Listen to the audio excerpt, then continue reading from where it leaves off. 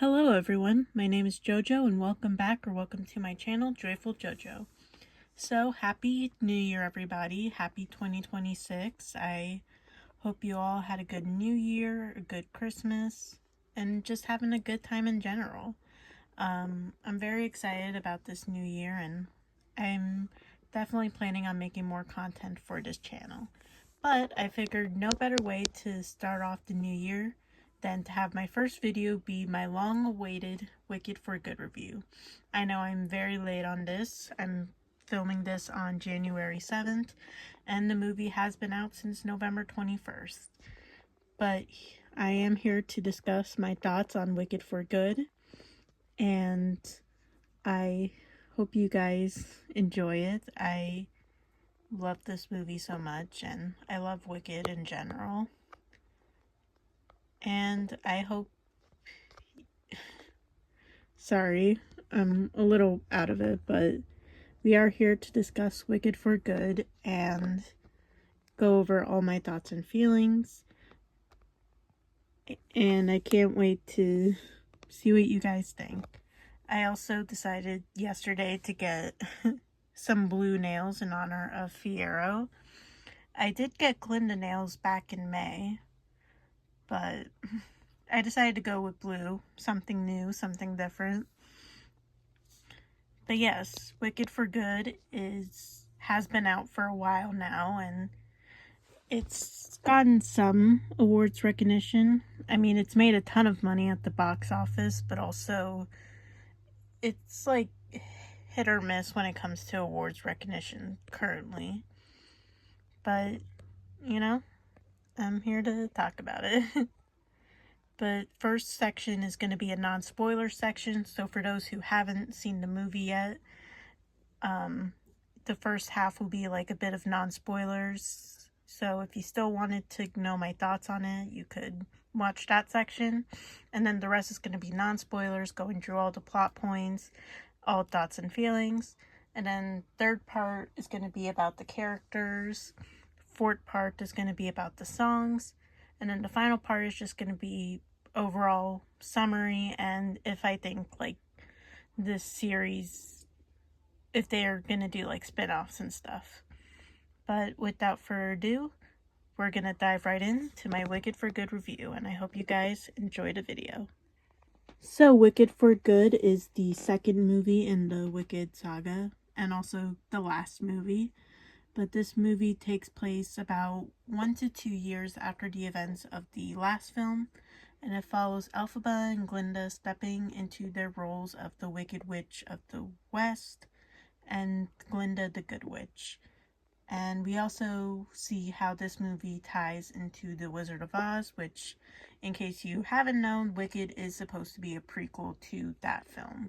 And we really see how the stories are intertwined with both Wicked and Wizard of Oz. And also this movie does really show the consequences of what happens to each of those characters. But yeah, overall, for non-spoiler, I did love this movie. I mean, it's Wicked. It's hard for me to hate it. However, I do feel like going in, a lot of people were skeptical about this one because it is the popular opinion for the Wicked Broadway musical that Act 1 is the stronger of Act 2. Act 2 just kind of fumbles the bag a little bit. But me personally, as someone who has seen the Broadway musical back in 2019, I will be honest, the only song I did remember was For Good. And overall, I didn't hate this movie, and I think a lot of reviews are saying like this was the best way they could have adapted Act 2. And I feel like all problems are really just stemming from Act 2 of the original musical. And we'll go more about it in the spoiler section, but overall, I did love For Good. I actually cried. I saw it twice in theaters. I saw it once on opening day, and then second, like a week or so later, and I cried both times. That ending will really... I don't care if you hate Act 2 of Wicked or whatever, like, if you do not cry near the end of that movie or that musical, like, you're heartless. But yeah, it was definitely more emotional and did have a somewhat darker tone, but I still feel like it maintained some of the tone from the last movie. Like, I feel like there were bits of the comedy in there. And I think that's why a lot of people were critiquing this movie, that it was a different tone than the last one, but I mean, the cast has said it multiple times. And yeah, I feel like the acting was really good, especially Ariana Grande. Like, if she does not win for this movie, I am going to turn into the Joker. Like, how has she not been winning? Like, especially for last year, guys. Like, sorry to rant off topic a bit, but how are you gonna let Zoe Saldana from Emilia Perez have a winning streak when Ariana Grande was right there? Like, for leading actress, I'll let it slide a bit because there was Demi Moore from The Substance and Mikey Madison for Nora. But, like, even though I wanted Cynthia to win, that was an understandable race. Meanwhile, Ariana Grande, Wicked, Zoe Saldana, Emilia Perez. Like, what is wrong with the voting system? But yeah, Ariana did great. Cynthia did great too. I am sad that she hasn't. She didn't win at all last year, I don't think. And also, as of me recording this, she's not nominated for the SAG, only Ariana is. Or the actor award. But, hopefully they both get nominated for Oscars again. Like, I need that, please. Like, these two are a duo of the decade, of the century, of period. But yeah, back on topic, I think everyone in the cast did good. I mean, we'll talk more about it in the characters section of the video, but I thought everyone did good. It was well acted. I think this movie, from directorial standpoint, looks a bit better. I do have some critiques, but even when watching like the trailers for this movie, I thought, wow, this looks a bit more cinematically rich than the last movie. Not that the last movie looked bad. That we'll get more on that later, but I don't know. When you see like that first shot of like Glinda walking out on the balcony in her wedding dress looking for Elphaba, I'm like, this looks so cinematically rich. And overall, I thought the story was fine. I feel like they still managed to uphold and keep the same messages and themes from the last movie, but however, I might have to agree with the Phantom that I'm not totally on board with how they try to tie it to the Wizard of Oz. Because personally, I think Wicked should have just been its own thing. Like, we didn't really need to connect these pieces. But also, like, Wicked for Good and Wicked can't really exist without the other. But yeah, overall, I thought the movie was good. Everyone definitely did the best they could do, and I still call it my movie of the year. I mean, we'll talk more about my favorite movies of the year in my best of 2025 video, where I rank all the movies I watched that came out last year. But it could have definitely been a lot better. But if I had to give it a score, I'll probably give it like a 7 to 8 out of 10. Like, it's still a good movie, guys. Like, this puts the good in for good. But yeah, that's all I got to say for the non-spoiler section. So now we will be diving into a full spoiler section, talking about all thoughts and feelings. So leave now if you don't want to be spoiled. But also, I do know the movie is now out on digital, which I will be planning to buy soon. But without further ado, let's get into the spoiler section, talk more about this movie. So diving right into spoilers, I want to start off by talking about the movie's pacing. So the first Wicked movie was like 2 hours and 43 minutes, so 2.5 hours. And personally, I didn't have a problem with the first movie's pacing. I know some people were critiquing that last movie about, oh, this first movie is about as long as you watch the whole original Broadway production. But Personally, I don't have a problem with the first movie's pacing. I think everything was well pacing, and honestly, it's one of those movies like Spider-Man Across the Spider-Verse where I never wanted it to end. I just wanted it to keep on going. Um, so for Wicked for Good, the pacing is shortened a bit. This movie is now 2 hours and 17 minutes, which I think was fine. And overall, I feel like pacing wise, the movie had enough time to develop the things it wanted to develop.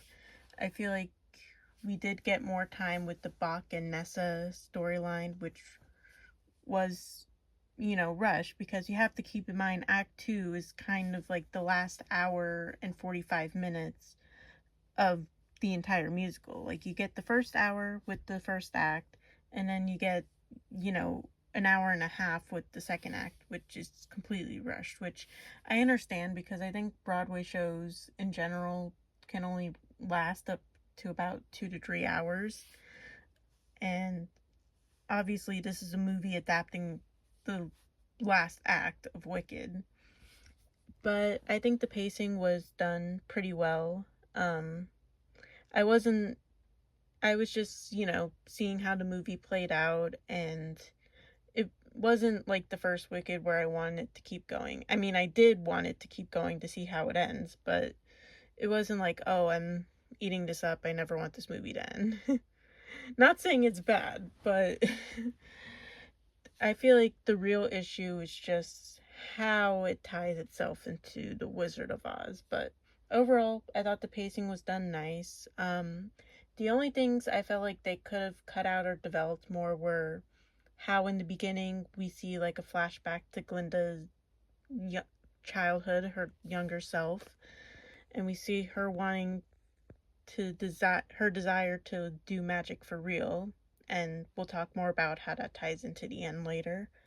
But considering that's the only scene when the trailer seemed like we were going to see more of her past, which I understand why, because this movie had a lot to do and get done, because it still had to tie up loose ends from the first movie. But yeah, I feel like that scene, it was a cute scene, and I loved the actress playing young Glinda. And obviously I think Glinda's development in general in this movie was done really well. Same with Elphabas, but we'll talk a bit more about that in the characters section. But yeah, I feel like that scene could have been like cut down a bit to give more time. And I think also, even though I feel like Bach and Nessa's development was somewhat better developed than from what I've seen of their storyline in Act 2 of Wicked, I feel like that was also a bit rushed, because I thought like, okay, we were going to see more of them throughout the movie, but you guys got to keep in mind, I haven't seen the Broadway musical since 2019, which is now like 6 years ago. I'm not doing the 6-7 joke, but yeah, they really are just in like that first half of the movie, and then obviously, spoiler, Nessa dies, and Bach becomes Tin Man right here. And then Bach just really kind of disappears more and more as the movie goes on. Which I understand why, because this is Glinda and Elphaba's story and they're side characters, but I just felt like they were going to be like a bit utilized more throughout the movie, especially since they weren't really utilized to begin with in the last movie. But I'll talk more about Nessa and Bach for the character section. But overall, I feel like the movie's pacing was fine. And I think other things I wanted to be cut out, I feel like as long as you're mine, like that whole sequence with Piero and Elphaba could have been like fleshed out a bit better.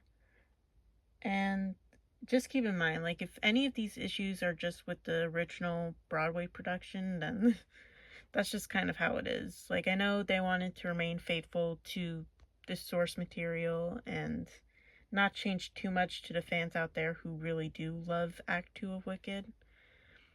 But, this is just the critiques. Um, so yeah, pacing I feel like was done, except like Glinda's backstory could have been like either cut down a bit or maybe like included in a few more scenes. And we do get to see more of the wizard. Not by a whole lot.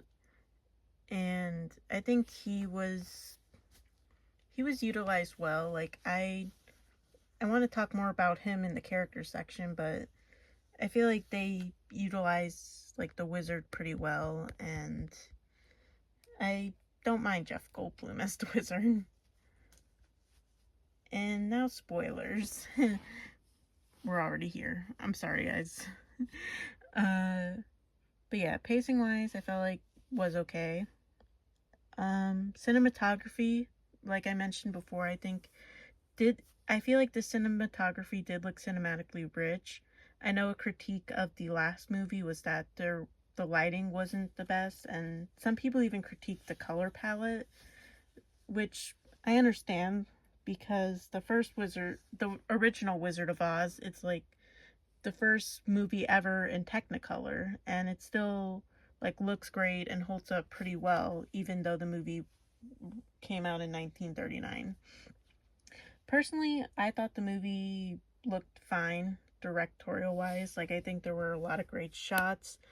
Some great shots that come to mind are, of course, the Osta's ballroom sequence between Elphaba and Glinda, and Defying Gravity, of course, that shot of Cynthia in the sky with her cape. So great. Um, and and yeah, the only problem where the lighting bugged me was Drew dancing Drew life. And I know John M. Chu's argument is that he wanted to make the movie look more realistic instead of making it look filtered or fake. But the lighting really bothered me during that one moment where Fiyero and Glinda are having their little duet in Dancing Drew Life, and like you see the bright light shining between them, and it's like it kind of blocks out their faces. So we could have done without that, but otherwise, I think the lighting and cinematography for the first movie was good, aside from that one moment. And I think really the big problem is just kind of how these scenes are filmed in sequence. Like, I think back to Defying Gravity, and I know with the musical you have to keep in mind that they only got the one stage and they can't really change that much. But it's like with Defying Gravity, even though I love that moment and everything about it, it's like they first start off, it is kind of just in this dreary clock tower basement. And so nothing creative visually is happening around them until they reach the top of the stairs and you got the sunset, which I guess is another moment where the lighting kind of bugged me. Like, not too much because I feel like they emulated a sunset so well, but it's also like the light is so bright, could you tone it down a bit? But yeah, whereas for good, I feel like it did fine. The lighting never really bugged me that much in this movie. However, I think it's just like the scene blocking. And what I mean is just, I think too, As Long As You're Mine. And I love that moment. And I love the Enchanted Forest setting. But I just feel like they could have, like, it could have been a bit more creative. Because, I mean, we do see glimpses of like little fireflies and lights. But I would have liked if they had kept the lantern from the stage musical. And also, I mean, I do have to agree, I don't really like how the song starts off and Elphaba and Fiyero are, far away from each other, which I understand why, because they wanted to build up their relationship a bit more. But someone pointed out how they do have like the dialogue moment after Elphaba's first verse in that song, and then they do Fiero's verse. But I feel like, especially with how the moment plays out, they could have had that dialogue moment before the song started. Or or even added more dialogue there, because they just kind of jump right into it, which I know how that is how it is in the musical, but I don't know. I feel like the build up maybe could have been built up a bit more. And personally, what I think they should have done is like have her start the song as soon as he takes he takes her cape off, and then like I don't know, have him follow her or something. Like I know John M. Chu also wanted to show like Fiyero like looking at her treehouse where she's been all this time, and also have him look at the propaganda posters of her and see like how society is seeing her, and then compare it to how he actually sees her. But yeah, I feel like when the song starts off, kiss me too fiercely, hold me too tight, like you want them to be like in a close distance, not her like climbing up the stairs and like changing into her um her special cardigan.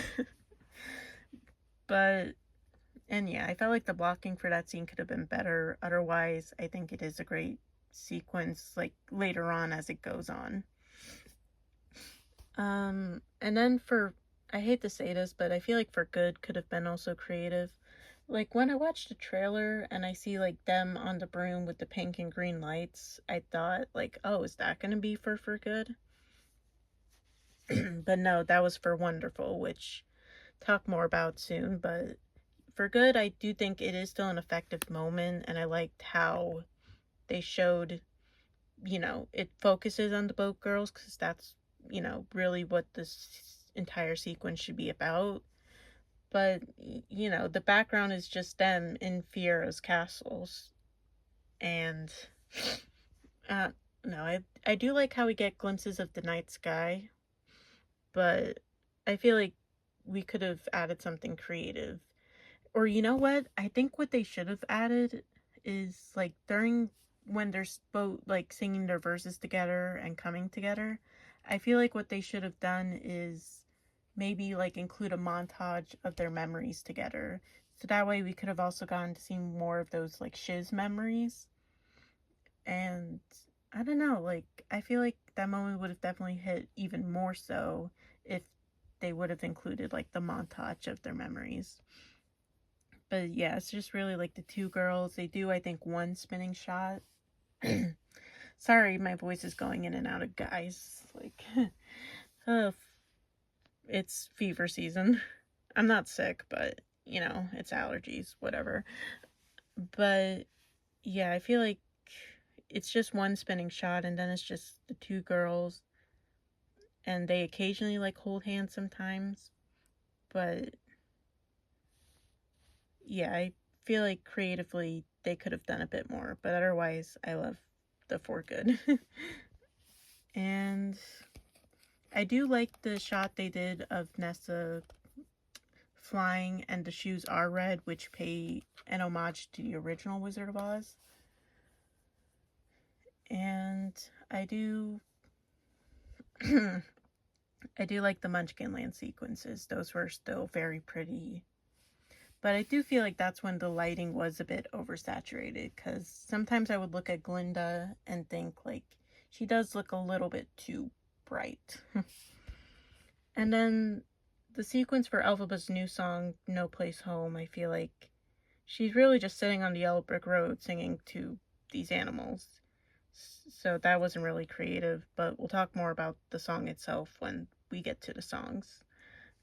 But yeah, overall I felt like the cinematography and directing were fine. If I had to choose between both movies, I'd still probably go with the first, just because they kind of did more creatively. But I still like the second one, and I think overall the best shot sequence would have to be either Wonderful with like the rainbow lights and the pink and green lights, or No Good Deed. Just even though if it is kind of like a bit boring setting, like we still had the fire going on and you see the sunset, and they do cool transitions between like Elphaba and her past and her in the cornfield. And so yeah, that's what I think about the cinematography. Now, man, this is 15 minutes already. now to talk about the story. And I feel like sorry guys, my voice. So yeah, I feel like the main issue is how Wicked for Good, or Wicked in general, is just how Act 2 really tries to ham-fist and tie it to Wizard of Oz, which, I don't know, I understand why, because it is supposed to be an origin story. We're seeing what Elphaba and Glinda were like before they came here. And the Elphaba and Glinda stuff, I think, is fine. It's good, even. But it's really just how they make certain characters other characters. So I guess starting off with Ness and Bach, and I feel like they and I feel like the main thing really is we needed kind of more time established. Like, I think in this movie they explain how it's only been like 1 to 2 time skips, which I want to assume that means 1 to 2 years. Whereas honestly, I think we needed even more time, because I feel like Elphaba and Glinda got enough time to establish themselves as Glinda the Good Witch, with Glinda, becoming a public figure, and Elphaba becoming #1 enemy. But and I already knew the twist that Nessa was, Wicked Witch of the East, because she's Elphaba's sister, and we know Elphaba becomes the Wicked Witch of the West. But when you see it in the movie, you realize that she hasn't really even been considered Wicked Witch of the East to the public. Like, Bach was the only one who ever called her a witch, and then there was the song Wicked Witch of the East to be like, oh yeah, remember that plot point? But I think, yeah, she didn't have enough time to actually be established as the Wicked Witch of the East. I mean, we know in the movie she becomes the governor of Munchkinland after their father died at the end of the last movie. But then, and like, she is like a menace to the Munchkins because she puts that ban on them that prohibits them from traveling. And she also, was helping to support animals being outlawed and banished from Oz. But that's her as governor of Munchkinland, not really her as Wicked Witch of the East. And then it's like, by the time she becomes Wicked Witch of the East, she's, she has the house fall on her. And I think really the main thing is just how, even though the timing of the story itself is okay, I think it's just really like these characters becoming these other Wizard of Oz characters that really just don't make the sense time-wise, because movie starts off, it's 1 to 2 years, and then it's like Spock immediately becomes the Tin Man once like Nessa messes with the spell book, and it's like, when you compare it to the original Wizard of Oz, it's like Spock, it feels like the Tin Man was the Tin Man like his whole life, or had at least more time to be a Tin Man, whereas Bog, it's like kind of immediately becomes a Tin Man, and then, I don't know, he ends up in the forest where Dorothy and the Scarecrow both find him. But then it's also like Bog's transformation to the Tin Man happens before Fiyero becomes the Scarecrow. So yeah, it's like really messy timing wise, and it's like the tornado happens after like Glinda's wedding gets ruined, and Elphaba and Fiyero have like their moment in the forest getting together, and then Madame Morrible creates the tornado, and then that's when Dorothy arrives and drops the house on Nessa. And so it's like immediately after that there's been like some time, or actually no, I feel like the day Glinda and Fiyero were getting married was the same day that Bach became the Tin Man. And then like immediately the next day is when Dorothy comes. And so has Bach just been like running around endlessly, like trying to find Elphaba, or has he just been hiding, knowing like Dorothy would come or something? I don't know. But, and so then we have the scene where Glinda, you know, greets Dorothy, sends her and Toto off the Yellow Brick Road to go find a wizard. And then it's like immediately after that we have the Elphaba and Glinda cat fight, which was the funniest scene of the movie, I'm not gonna lie. And then it's like the guards come in, and then Fiyero comes in, and he like sacrifices himself to let Elphaba go. But then after that, like, he immediately gets taken to the cornfield, and then that's where No Good Deed comes in, where Elphaba casts her spell on him that turns him into a scarecrow. And then, yeah, somehow just Dorothy hasn't gotten him till after that moment. So, yeah, I think it's really just like the Scarecrow and Tin Man stuff that is the most like messy. Like the Tin Man stuff, I could kind of let it slide, but like the Scarecrow stuff, I feel like was unnecessary. But we'll talk again more about that in the character section. And then we got the Cowardly Lion, and you might be thinking, isn't in the original film he was like a big sweetheart, just cowardly and everything? Well, Wicked says otherwise, because turns out this MFer, this lion here, who, if you don't know, he was the same lion cub that Elphaba and Fiyero saved when he was a cub, and they released him into the Enchanted Forest. And then after Elphaba sings her new song, he decides to interrupt it, which was annoying, and be like, oh, she let me out in the scary world, and I hate her for it. Which, like, huh?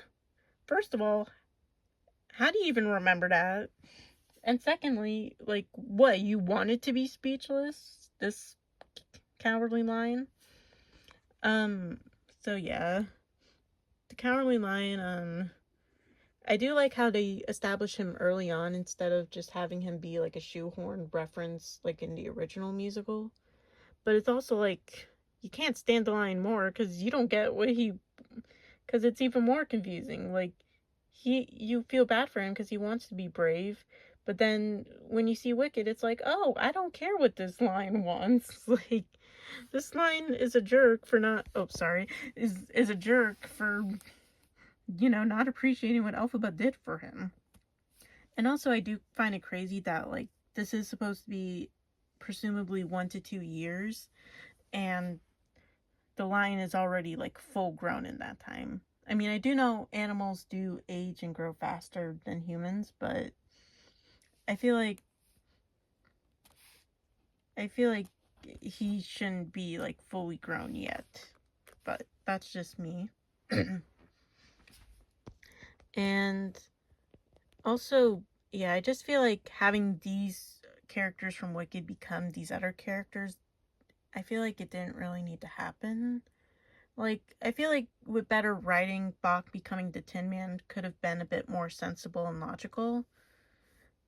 But it's also like, you love these trio of characters in the original film, but then when you compare it to Wicked, it's like you don't really know who they are anymore. Like, you can't really root for, well, I guess you could root for Fiyero, but it's also, it doesn't make sense because, one, how do Fiyero and Bach not recognize each other from their days at Shiz? Like, I know they look completely different, but how do they not recognize her? And secondly, like, why is Fiyero helping Dorothy if he's in love with Elphaba? I mean, I know that their whole plan in the end was for both of them to fake their deaths so they could run away and leave Oz together. But it's also like, you're still intentionally helping Dorothy with the mindset of like, oh yeah, we gotta go hunt down and kill the witch. So, which, when you compare Scarecrow to the original movie, he has always been on Dorothy's side, number one. And, there are some people out there who ship them, which is weird in the whole other story. But, like, Scarecrow in the original Wizard of Oz was like Dorothy's ride or die, the first person she ever met on her quest. Whereas here, it's like he could care less about Dorothy.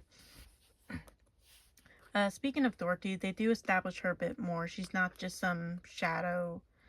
They do like give her an actress to play her, but we never see her face, which John M. Chu explained that they wanted to keep like the memory of Dorothy. Like, I know she's obviously not played by Judy Garland, rest in peace, but I don't know, like, if you wanted to make Dorothy more of a presence, you could have like showed her face. Sorry. And I mean, it's definitely better when you compare it to Broadway with how, you just see Glinda waving to someone backstage. And yeah, so this movie just, I don't know, I feel like it didn't really need to have these ties to Wizard of Oz. Like, and I feel like the Elphaba and Glinda stuff was fine, but it's also like, Elphaba, I feel like we needed to see more of her actually being the Wicked Witch of the West, because here, like, yes, you sympathize with her after everything she's been through, but it's also like she doesn't officially like accept the role of being Wicked Witch of the West until No Good Deed, and with that, it's like you only have like 30 minutes left of the whole musical movie. And then with Glinda, like, she steps into her role of Glinda the Good, and of course more so near the end. And also I feel like the whole Fiero thing bothers me more in the movie, because it's like, Elphaba, you have flying monkeys. They're on your side. Fiero, the flying monkeys are on your side. Why couldn't the flying monkeys just take both of you away? And also, Elphaba, you can fly. You could have just yanked Fiero's arm, and you both could have head off to the castle together. Or even then, like, why didn't Elphaba take the wizard hostage too? Like, that, I know that doesn't align with the original Wizard of Oz, but it would have made sense. And yeah, I really don't get Elphaba's end goal here, because the beginning of the movie starts off, she wants to, help prove her innocence and show the wizard the fraud that he is. And then later on in the movie, she goes through with that, but then after Wonderfuls, she's like, okay, I'll be on your side if you release all the animals and let them be. But then she sees like the cage of animals, and she's like, okay, now I'm gonna hunt you till the day I die. But then she doesn't really do anything about that. She just like escapes with Fiero, and then she goes to save Nessa, and then her and Glinda have the fight, and then she almost gets captured by the guards, but then she just leaves Fiero and Glinda there. And then she goes to the castle, and I guess immediately has the vision that Fiero is dead. And then she just like sends the monkeys to capture Dorothy, like the original movie, and then she ends up leaving Oz in the end, which kind of contradicts like the first half where she wanted to stay because Oz is still her home. But then it's like, oh, I need to leave and do this, or I need to supposedly die because I need the people to see me as wicked so Glinda could continue being good, which I kind of understand the argument, but it's also like, Elphaba, like, why can't you let Glinda prove your innocence? Or like,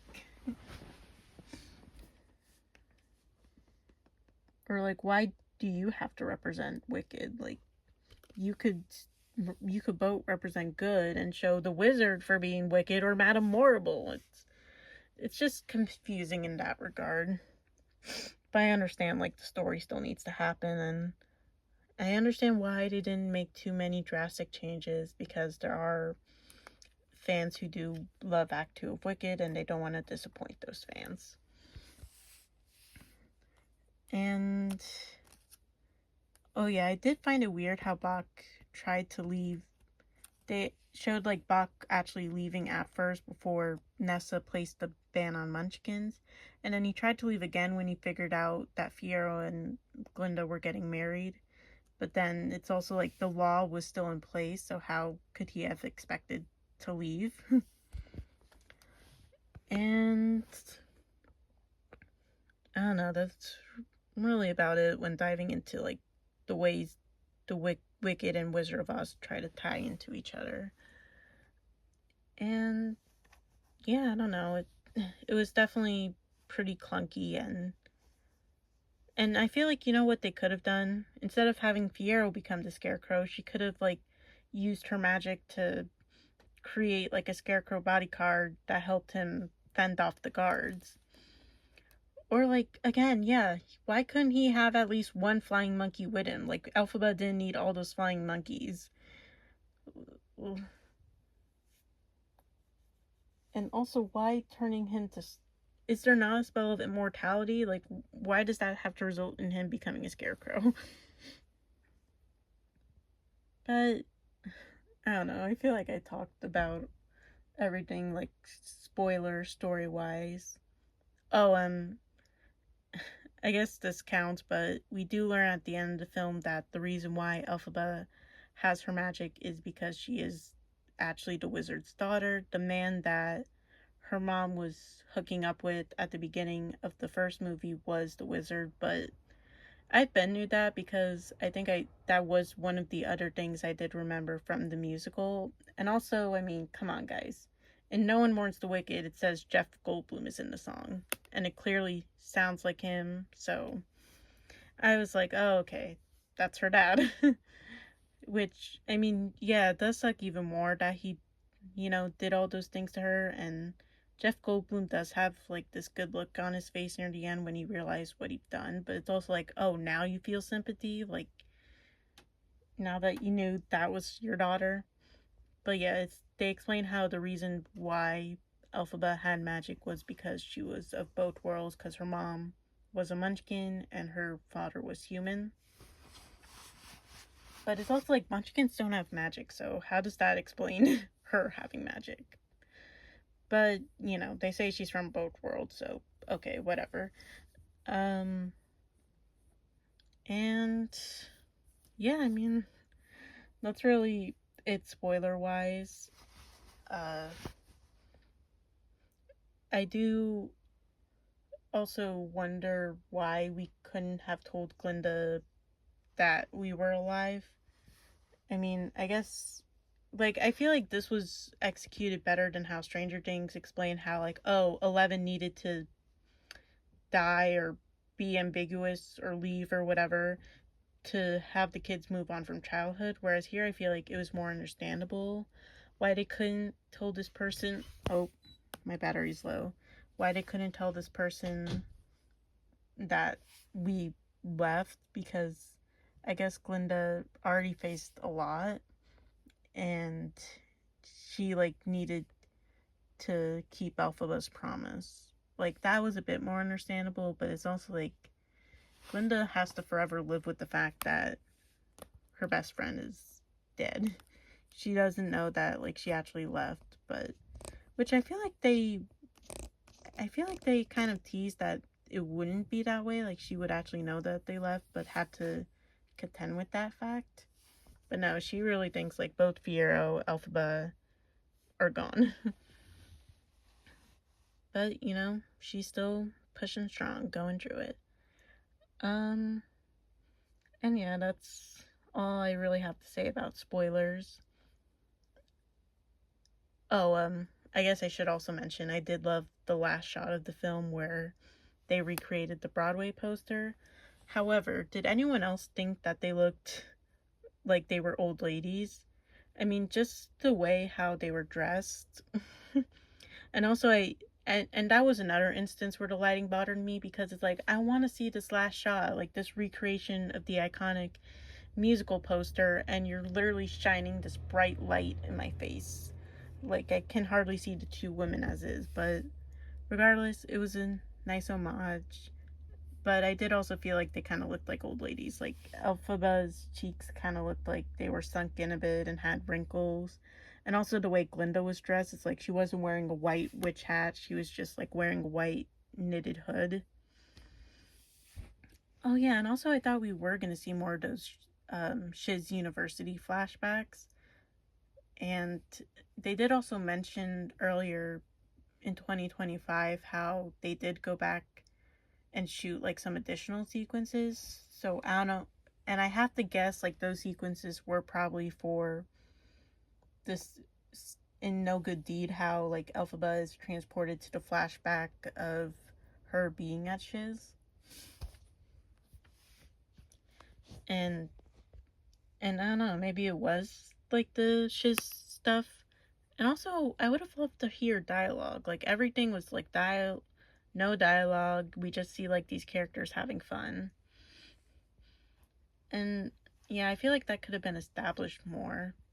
Because it's like we really only care about Elphaba and Glinda. Like we never really got to see all of them hanging out as a group. It's just like mere moments, and that's it. Which I understand why they didn't include them, because it would have made the movie drag on a bit too long. But I don't know. It's like either utilize these sequences or not. And especially because like all we ever saw of Nessa and Elphaba was just Nessa hating on Elphaba, never appreciating anything she did.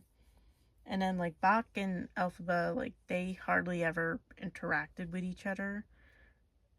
Um and also I wanted to say this. I feel like one deleted scene they should have included in the last movie was that scene of Elphaba and Glinda in Madame Morrible's classroom, where they were practicing magic, and Glinda was asking how like Elphaba and Fiero were missing from the classroom when everyone fell asleep. And Elphaba apologized for not like including Glinda, and she like says, "Oh, I won't leave you behind again." Like I feel like that would have hit hard in the first movie when she does leave, and especially more after the ending of this one.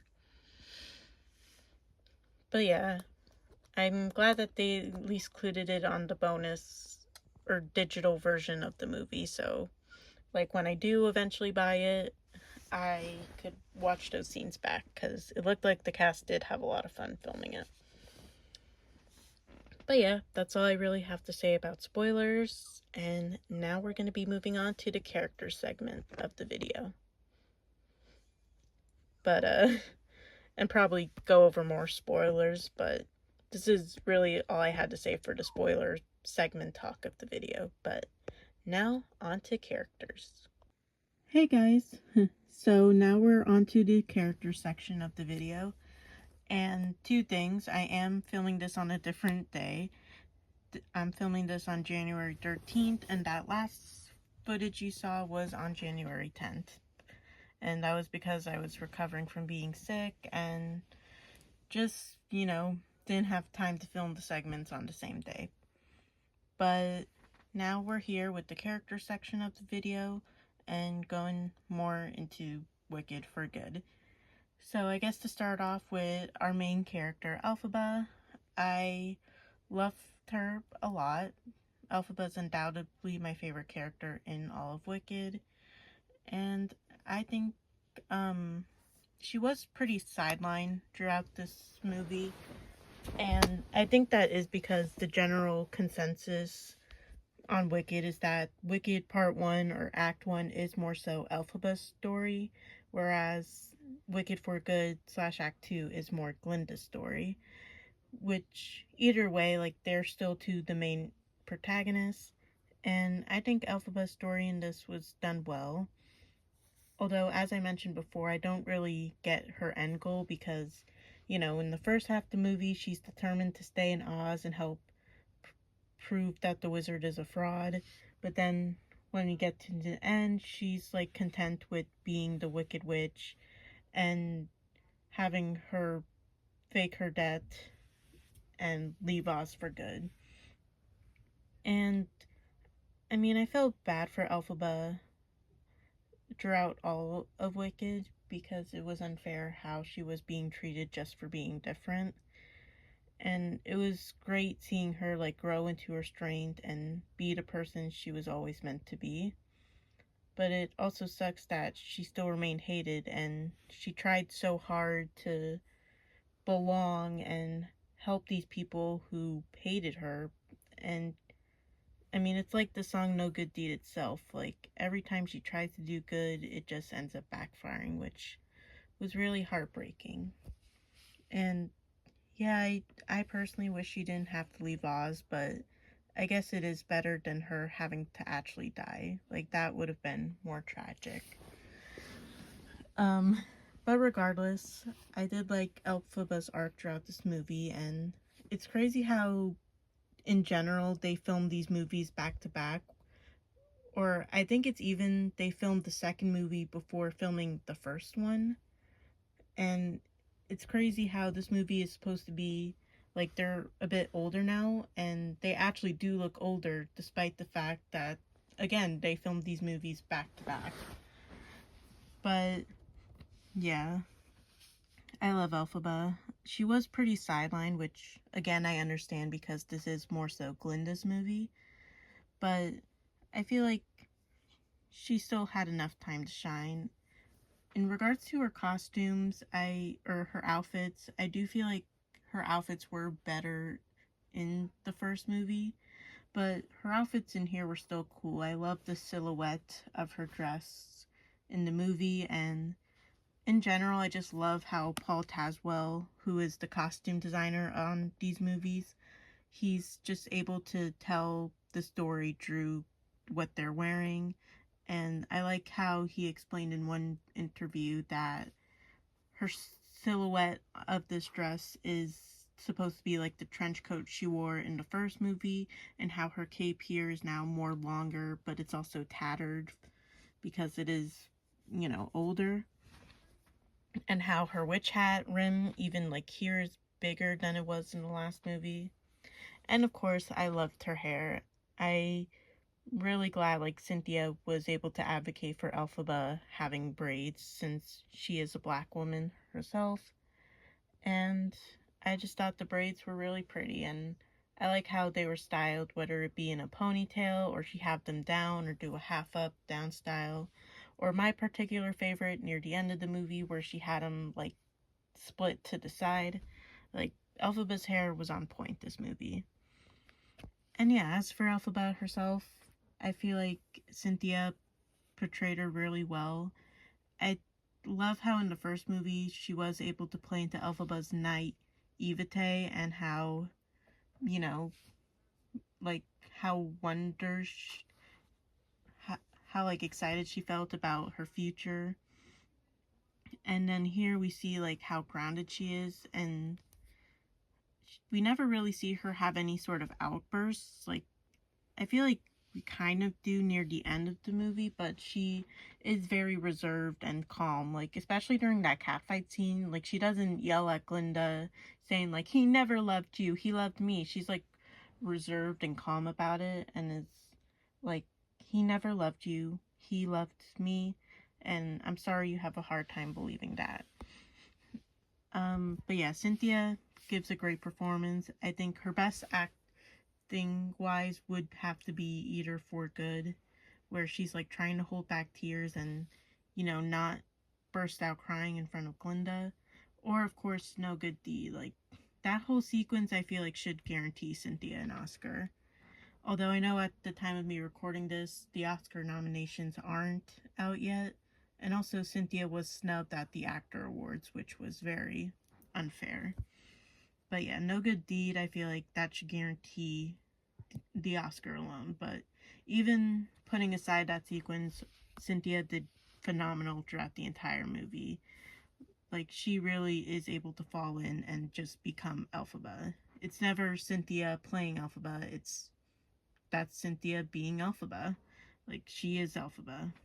And she did great. And overall, even though Elphaba was kind of sidelined and it did suck that she did have to leave Oz behind, I feel like we really got to see Elphaba mature well, and Elphaba was good, and everything about her I loved.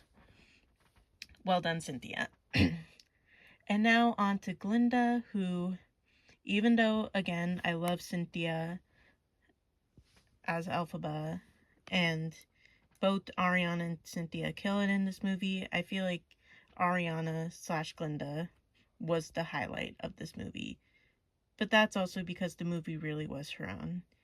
But yeah, Glinda, I really was able to sympathize more with than the last movie. Not that I didn't like her in the first movie, it's just, it took us a while to get warmed up to her like Elphaba did, in the fact that she did start off being self-absorbed and a bit of a mean girl.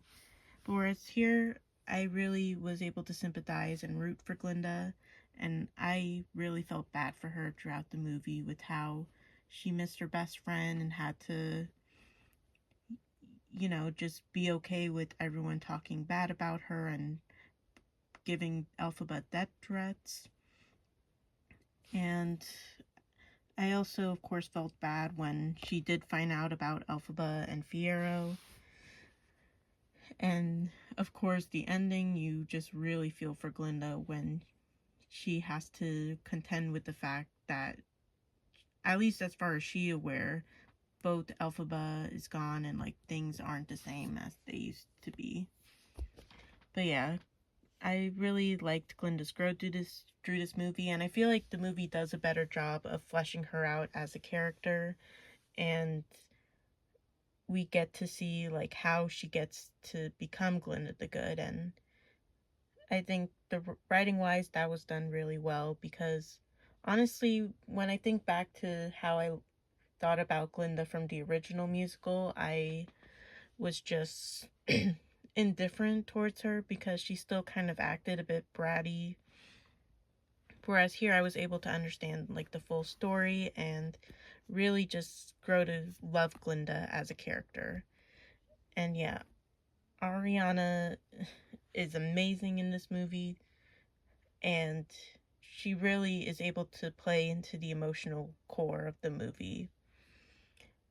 I mean, anytime I see her crying, it makes me want to cry, and I feel like she does what she did in the last movie and elevates it more, and she's really able to show like how even in the comedic moments, Glinda deep down is still hurting, but she's trying to hide it with like her facial expressions, even though you can see it throughout the facial expressions. But yeah, overall, Ariana did amazing, and I really, really, really want her to win an Oscar this year. Her and Cynthia as well. Like, they were robbed last year, and I would really love them to win the Oscars, but I guess we'll have to wait till March to see what happens. I mean, I don't know if they are, because currently with the Critics' Choice Awards, Amy Madigan won, and for the Golden Globes, Teyana Taylor did win. And Ariana is nominated at the Actors Award, and so I'm hoping she at least wins that, or because I don't know if they are going to get nominated for Oscars, let alone I don't know if they are going to win. I mean, I personally would really want them to, but again, we'll just have to see what happens. But in my mind, these two give best and great performances of the year, and Ariana did amazing. And I feel like, yeah, Glinda's writing in this movie was done really well, and she really is able to step into her own. And my personal favorite Glinda moment in this movie would have to be, near the end, after all she faced and lost. Like, she was able to still keep going. She stuck up to Madame Morrible, which is a very satisfying moment, and how she still goes through with Elphaba's promise was great. And yeah, I feel like Glinda's fashions I did love. And honestly, I mean, I have to look back at her fashions in the last movie, but I think Glinda's outfits I did love more in this one. Like, I love that outfit she wears in the opening, and it even looks great on the doll as well, like her little blush pink outfit. And I also loved her wedding dress. It was absolutely stunning. I love both versions of it. I love the version she wears during Wonderful with the pink like duster, And of course, the full version was just absolutely stunning. And of course, both of her bubble dresses were gorgeous. Like, when I first saw images of it, I didn't think I was gonna love the blue dress as much as the pink one, but once like I saw more clips and I saw like the movie itself, I'm like, no wait, this dress is actually stunning and absolutely gorgeous. And although the one outfit I don't understand is like that one in the Shiz flashback with the knitted hood. I wasn't sure what Glinda was wearing in that. But regardless, I feel like Glinda's outfits in this movie were 10 out of 10. Sorry. And yeah, overall, I really love Glinda's story arc, and I was okay with her having more of a central focus than Elphaba. But regardless, I feel like both of these characters shine on their own, and both Cynthia and Ariana did great, and Elphaba and Glinda were great. I also gotta point out how I did see an interview where they were discussing like the door scene and how like Glinda or Ariana wasn't actually seeing like the shadow silhouettes of Glinda and Dorothy like fighting and Dorothy throwing the bucket of water. Like that was all Ariana listening to John and Chu with a mic describing like what was going on. And so Ariana, you really know how to cry. Sorry guys. But yeah, speaking of, I feel like Glinda and Elphaba's friendship throughout the story was executed really well. And I feel like that's one thing Wicked fans can't argue. Like, whether you love Act 2 of Wicked, you can't deny, like, managed to, they still managed to show the, growing relationship of Elphaba and Glinda, and it's really sad seeing them like having to split apart, both in the way that there was tension between them throughout this movie, and of course near the end when they do inevitably have to say goodbye to each other. But yeah, I feel like Cynthia and Ariana's chemistry is just undeniable, and I'm very glad that they are best friends in real life. But yeah, the catfight scene was hilarious, and it also was able to show how the emotions were building up between Elphaba and Glinda since probably day one, even. And yeah, my favorite Glinda and Elphaba moment would have to be their moment in Wonderful, where they're sitting on the broom and like reconnecting. And like, through that rare moment, we see Glinda actually being happy for once. The idea of her friend coming back and things going back to the way they were, but that unfortunately didn't happen. And of course, there is For Good, which does undoubtedly make me cry, as I've mentioned before. But I feel like, and really, it's Cynthia and Ariana, being Elphaba and Glinda, able to capture like the emotion of that scene. And the way like there's like little mannerisms of how like Glinda shakes her head when Elphaba says, I ask for forgiveness for the things I've done you blame me for, where it really shows how like none of that really matters to them anymore. Like they're still each other's friends and they forgive each other for what they done. And yeah, like the fact that the I love you scene and the entirety of the door sequence wasn't scripted, it was completely improvised. Like that really adds to the emotional core more, because you could tell like Cynthia and Ariana really do love each other, and you know, it shows how like the relationship is transcending, and and like that door scene was powerful, seeing both of them like break down crying, and even before when they're saying I love you, like they're still trying to keep it together to not let the other one see them cry. It was just really beautiful and well done. And of course, I do also like the final scene where we're singing the finale, and it has like Glinda up at the clock tower where they first were separated, to showing Elphaba on the dunes and sand, and they're looking at each other from a distance without even knowing it, and they sing, Because I Knew You, I Have Been Changed for Good. It's just beautiful, exquisite. So overall, I feel like Elphaba and Glinda were good characters in this movie, and their friendship was wrapped up really nicely, despite how heartbreaking it ultimately was with how it ended. And now on to Fiyero, our beautiful, beautiful Fiyero, played by Jonathan Bailey. And I like, and no, I loved Fiyero in this movie. I really liked him in the last movie with how he was a bit of a goofball, but you were able to read into the undertones of how he still was like a caring person, because despite him coming off as shallow and self-absorbed, he, aside from Glinda, was the first person to ever truly see Elphaba beyond her green skin. Like, he didn't judge her for having green skin. Like, he literally cared about her from the moment they met. And I like reading the undertones of how he only likes to goof off because of his troubling life of being a royal. And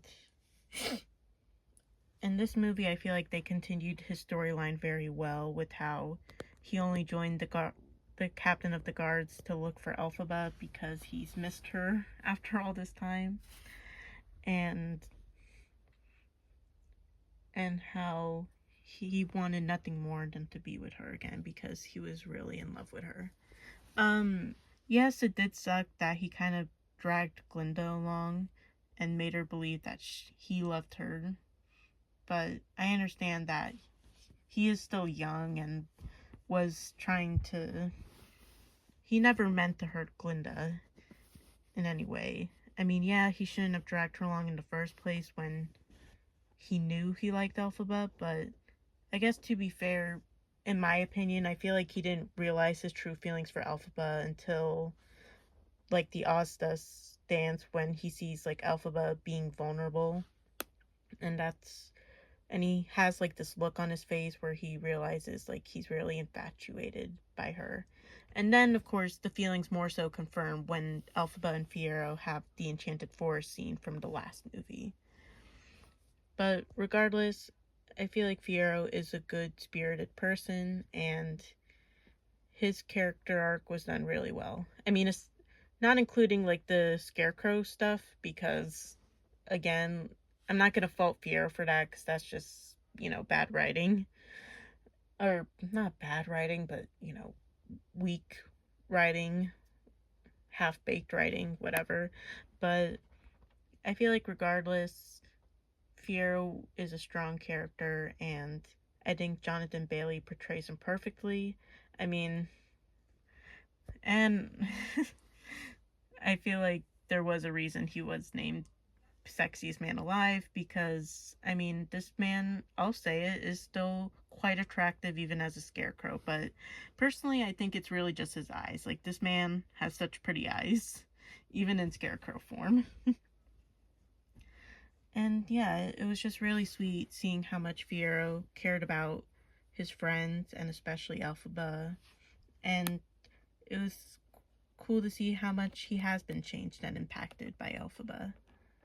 But yeah, on his own, I think Fiyero is a great character, and I think Jonathan Bailey gives a very strong performance, and I'm excited to see him in more stuff, because I am actually planning to make this the year I watch Bridgerton finally, because I do know season 4 is actually coming out soon, so hopefully this will be the year I finally watch Bridgerton.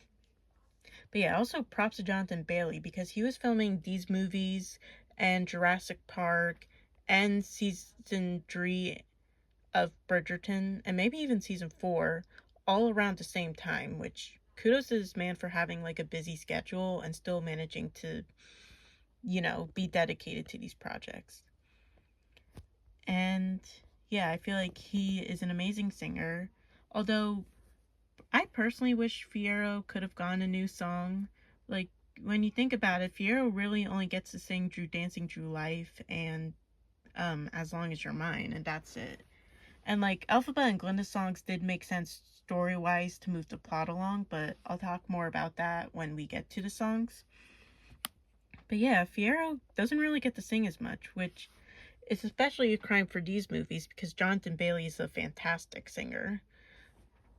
But yeah, I feel like Fiyero could have gotten a solo. We could have, along with Glinda's past, we could have gotten to explore more of Fiero's past and see more of his upbringing being raised as a prince. And also, yeah, we never really get to learn more about his family or anything. So, I mean, maybe that could be a spinoff, like getting to learn more about Fiero. Especially because, I mean, we know his story ends with him, like, riding off with Elphaba to leave Oz. And I guess he's also forever a scarecrow now, but I I don't know, like, I feel like Fiero as is was great on his own, but I would have also liked to learn a bit more about his upbringing. But yeah. And also, I am a bit sad Jonathan Bailey unlikely will likely not get nominated for Best Supporting Actor. I mean, I understand why. Like, while he was great in these movies, he wasn't, a main role like Glinda or anything. But it's also like you nominated Ken for Best Supporting Actor, or I'm sorry, Ryan Gosling as Ken for Best Supporting Actor in the Barbie movie 2 years ago, and that was a more goofier performance than Fiero was. But regardless if Jonathan Bailey gets nominated or, I mean, I think he was nominated last year at the Actor Awards. But regardless if Jonathan Bailey gets nominated or not, he still gave a great performance, and hopefully he'll get nominated again for an equally stronger role. And yeah, I also loved Fiero and Elphaba. They're and I'm really proud of Wicked for being able to show the strong story of friendship while also including a very strong romantic story. But yeah, I was obsessed with Fiero and Elphaba from the first movie, and I do remember me really liking them from the Broadway musical back in 2019. But yeah, this movie, even though we really don't get to see a lot of them until the later half of the movie, their story I felt like was the one thing that was done right. Aside from Glinda and Elphaba's friendship, of course, but I just loved how he really wanted to find her. I loved how he knew subconsciously that she was hiding in the Enchanted Forest, but still protected her. Of course, there was that great moment where he literally helps her escape the wizard and decides to go with her, knowing that it would mean he loses everything, or like he risks everything. And then, of course, there's that iconic moment where Elphaba was like, "For a second, I thought you changed," and he's like, "I have changed because of her." And then, of course, there's the entirety of As Long as You're Mine, where he calls her beautiful and they're floating together. Although, one thing is, I feel like they could have had them kiss while levitating. I mean, they did in Superman, and it would have been iconic if they had a levitating kiss, but then that shot of them levitating as is already iconic.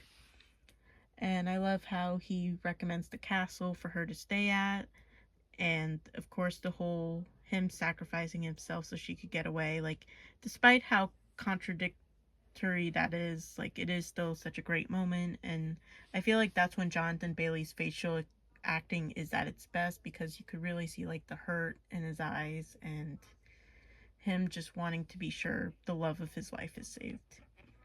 And then of course the ending, where even though he is the scarecrow, like, he still checks the castle to look for her and doesn't let her feel bad about the fact that he is a scarecrow, and focuses more on the fact that she saved his life. And it's also sweet how Elphaba does call him beautiful as well, despite being a scarecrow. But you know what? I guess in a way it is still Jonathan Bailey underneath, so I can't blame her too much for still loving him. But yeah, I felt like Elphaba and Fiero's story was executed really well. And I think I can confidently say they're probably my favorite Broadway musical ship. I don't know. I do plan to expand my musical theater um gosh. I do plan to broaden and expand my musical theater palette more, but I mean, if I love them that much in the musical and still love them in these movies, I think it's confident that they are a great like ship.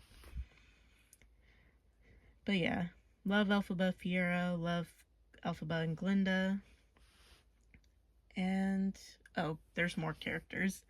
So on with Bach. Um, and one thing I do love about the characters of Wicked is how complex they are. Like with Glinda, like Elphaba isn't the only complex character. Like Glinda is very complex, Fiero's complex, even the wizard and Madame Morble are complex, even if you don't like them. And same is true with Bach and Nessa. But on to Bach. I thought he was okay. I mean, in a way, I want to feel bad for him because, I mean, Ethan Slater has described that Bach is essentially someone who just wanted to find his place in the world and fit in. But it's also like Bach, all of that could have been avoided if you had just been honest with Nessa and also just try to get over your feelings for Glinda, which I know is much easier said than done, but it would have been an easier route than to have him just be a Tin Man. But yeah, I feel like I liked his silver guard uniform, and I feel like Bach is, at least at first, well meaning, but then he does become heartless, and I feel like they did a good job of showing, like, was he heartless before or after the spell? Because he was still quite rude to Elphaba, and, you know, he was just kind of blindsided by the many emotions he was feeling. But at the end of the day, I will take Bach over Nessa. And yeah, I felt like Eden Slater gave a very great, memorable performance. And it really just shows his range, like how he is able to go from playing like the lighthearted SpongeBob to a complex and later vengeful character like the Bach or the Tin Man was well done. And I guess I'll say it, I like Ethan Slater. I know there's been much controversy around him since tabloids and everything, but personally, one, I feel like that's been debunked since like both Ethan and Ariana confirmed that they weren't cheating.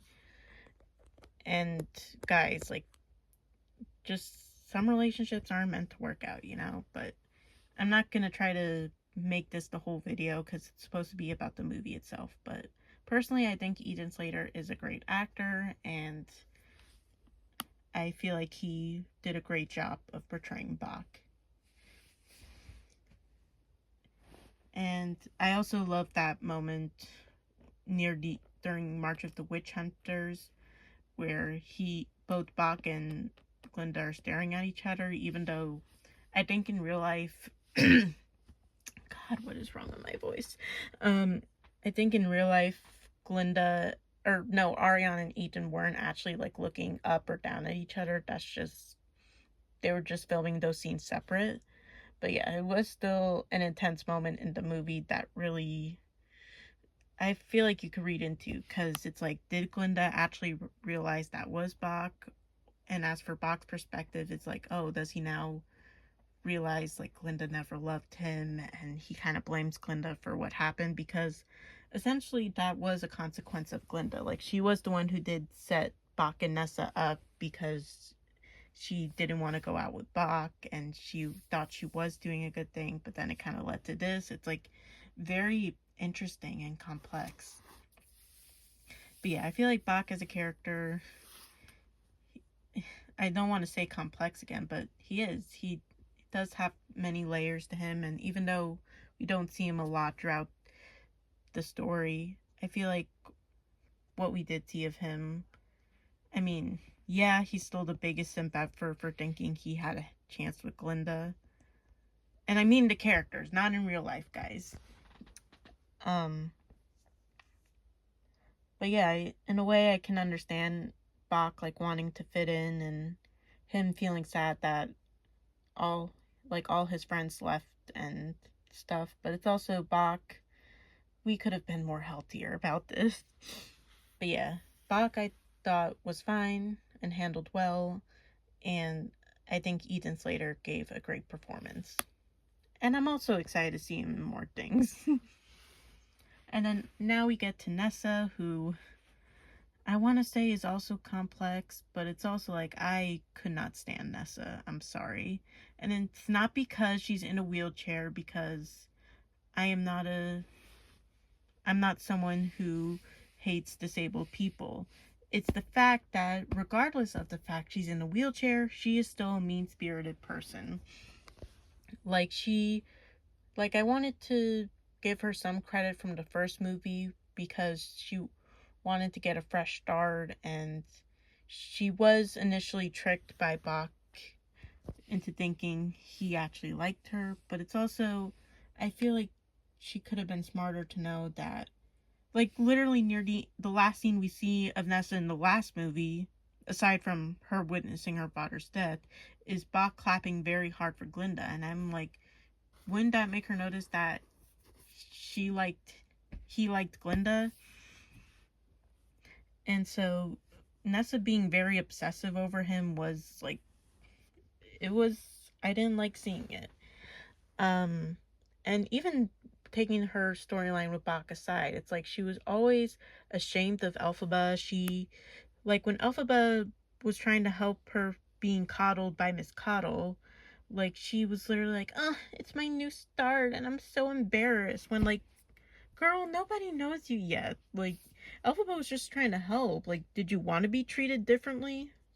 Like, did you want to be treated like someone with a wheelchair? And then, of course, the Ostis ballroom scene is really where I'm like, okay, yeah, I hate this character, because how are you just gonna see your sister getting laughed at and, being picked on by the other students, and you're like, oh, I can't even watch. And you're not gonna do anything about it. Like, Glinda was the only one who did something about it. And I guess, to be fair, that is another downside to Fiyero, is like, if you really liked Elphaba, you would have stuck up for her or say like, hey, stop making fun of her. But I mean, Fiyero is still a whole better character than Nessa ever was or will be. And then, yeah, in this movie, she becomes governor of Munchkinland, and I do like her governor look. It is quite dark and really shows her slip into villainy. But yeah, she still not a good person. Like, she still supports the ban on animals, and like when Bach asks nicely that, hey, I want to leave. And I do also want to give her some benefit of the doubt, because it's like she did lose her father, who, even though he didn't give a shit, oh, I'm sorry, even though he didn't give a crap about Elphaba, he still cared deeply about Nessa, even though it was his fault that Nessa got disabled in the first place, because he made their mother eat milk flowers every night at the fear of Nessa being green like Elphaba.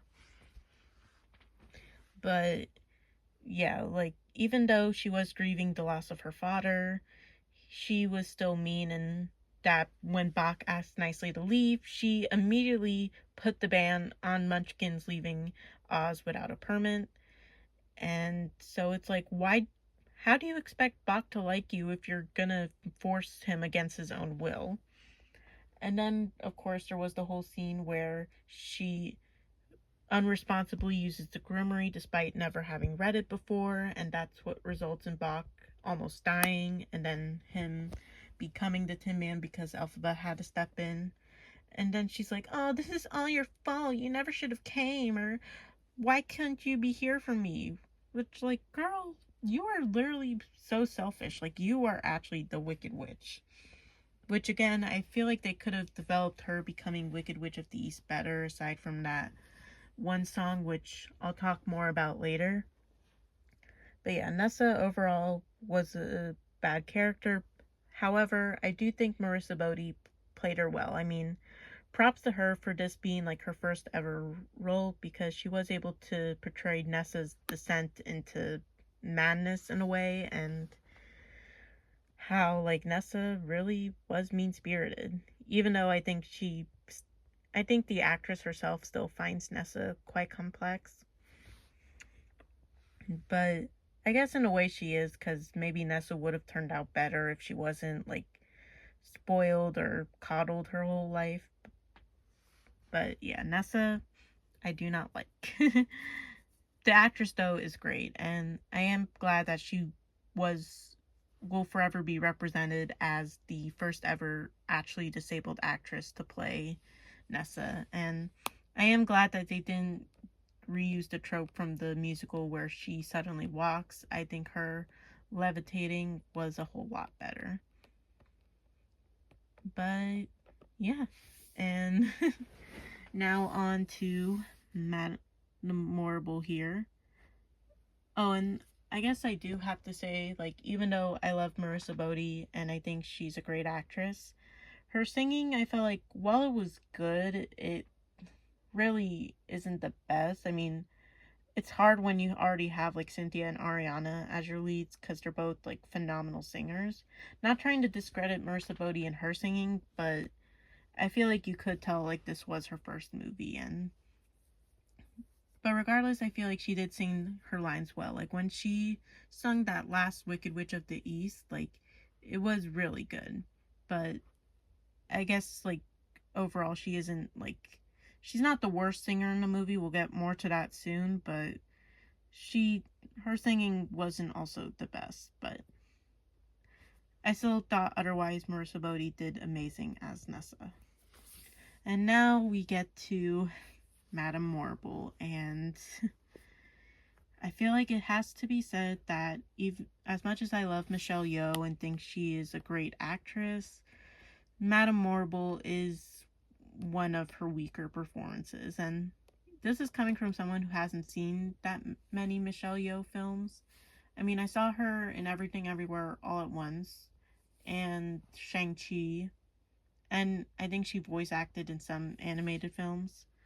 But yeah, Madame Morrible, even though like I don't hate her interpretation of Madame Morrible, it's just one of her weaker performances, mainly because she isn't a singer, which I know her herself has come out and said, like, she even told John M. Chu that she wasn't a great singer, and that's why she was hesitant to do this role. But John M. Chu, Ariana, and Cynthia were really pushing for her to be it in these films. But I guess to talk more about Madame Morrible, I feel like she did well as a villain. I really don't understand why she was so. I mean, I understand why, but I don't understand. I understand why she was so against it, because she was really the main villain of this movie. But it's also like, why was she so obsessed with power? And also, if she is magic herself, couldn't she have read the Grimoire to begin with? I don't know.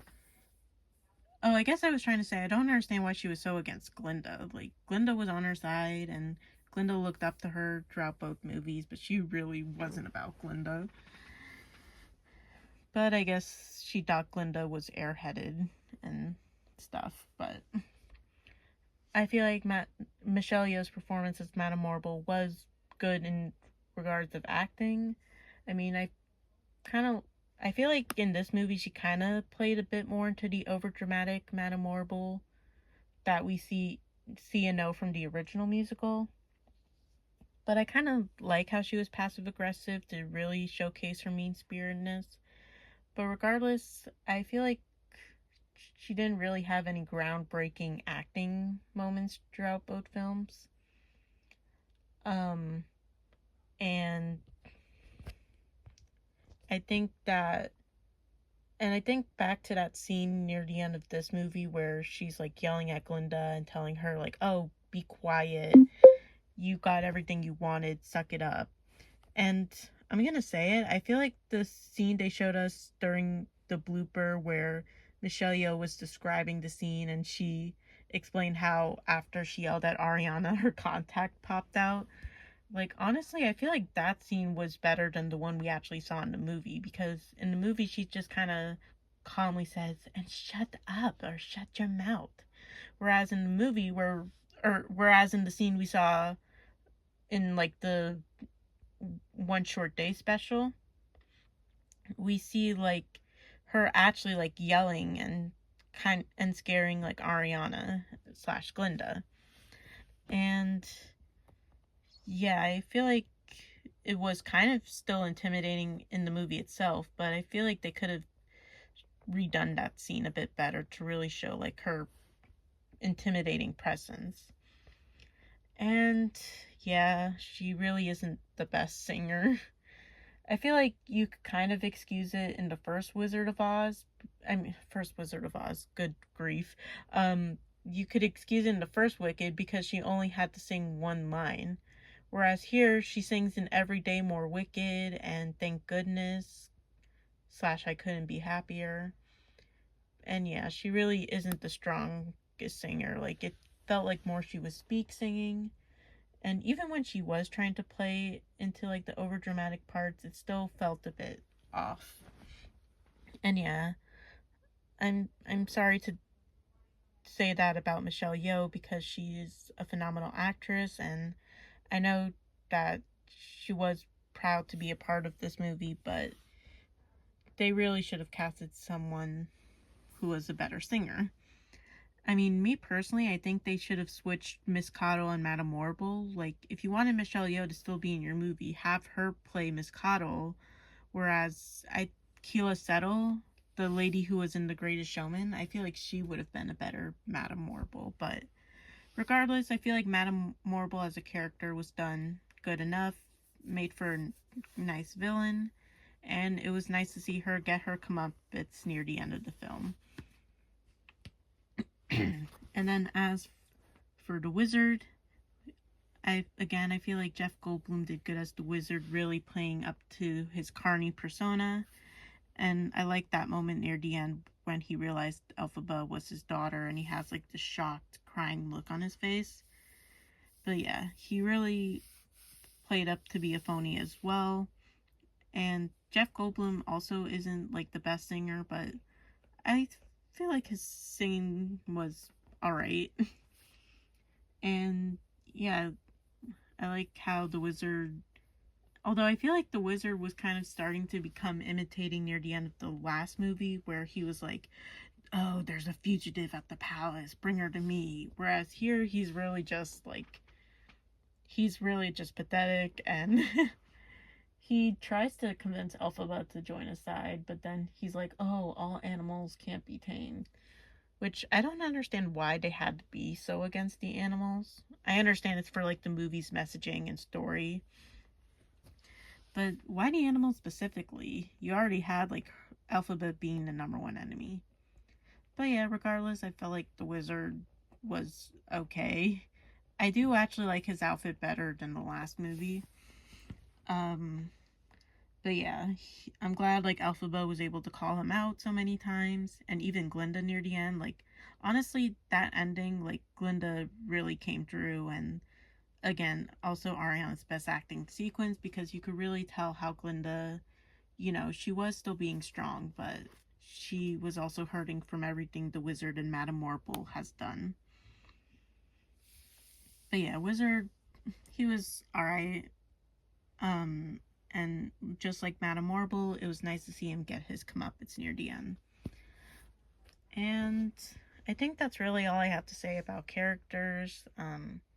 Oh, the Cowardly Lion. Yeah, no, I didn't like this version of him, and I do love Coleman Domingo, but I also felt like his voice acting reveal was kind of underwhelming a bit, because they were like hyping us up like, oh, there's gonna be a voice for the Cowardly Lion, And then it wasn't even revealed like after the movie, or it wasn't revealed during the premieres. It was just revealed randomly on a on the Wicked Instagram page that, oh, we got Coleman Domingo as the lion. Which, like, I love Coleman Domingo, and I'm excited to check out his filmography because from behind the scenes or in real life, he seems like a nice, caring person. Um, but yeah, I feel like the lion, even though they did give him a bigger role, and he feels more like an actual character than, a Easter egg for the Wizard of Oz. I feel like the lion also didn't really do much, and I also hated the fact how rude and inconsiderate he was. And also, one last thing about characters, Fanny and Shen Shen do appear in this movie, but they're even more of a background presence, which I understand why, because we're not at Shiz anymore. But yeah, we really only see them at the beginning, a bit in the background at Glinda's wedding, and then near the end helping to let the animals in. So that does make me wonder, like, Glinda really is still friends with Fanny and Shen Shen? I don't know, maybe they were like childhood friends or something, and she can't do it to herself to lose more friends. But maybe Fanny and Shen Shen do get nicer with time. Who knows?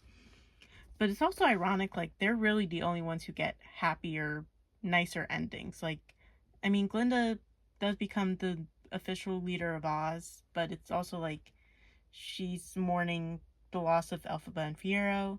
Elphaba, I guess, and Fiero do get a happy ending because they're together and they leave Oz together. But it's also like Elphaba won't ever get to see Glinda again, and Fiero is stuck as a scarecrow. So is that really a happy ending?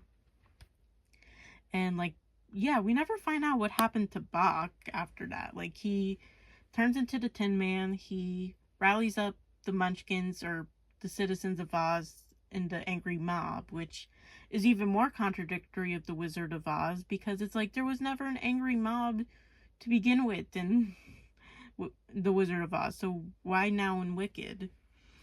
And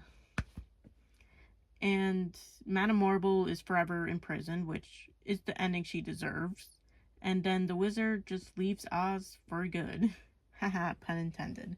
So yeah, Fanny and Shen Shen are really the only ones with happier endings. Like, they didn't lose anyone. Like, they get to live in Emerald City and, I guess, enjoy the new age of animals and everyone in Oz coming together.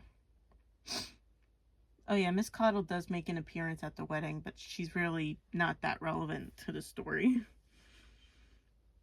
But yeah, that's all I have to say about characters. Overall, I feel like even Michelle Yeoh, like, everyone really fell into their characters well and gave tremendous, outstanding acting performances.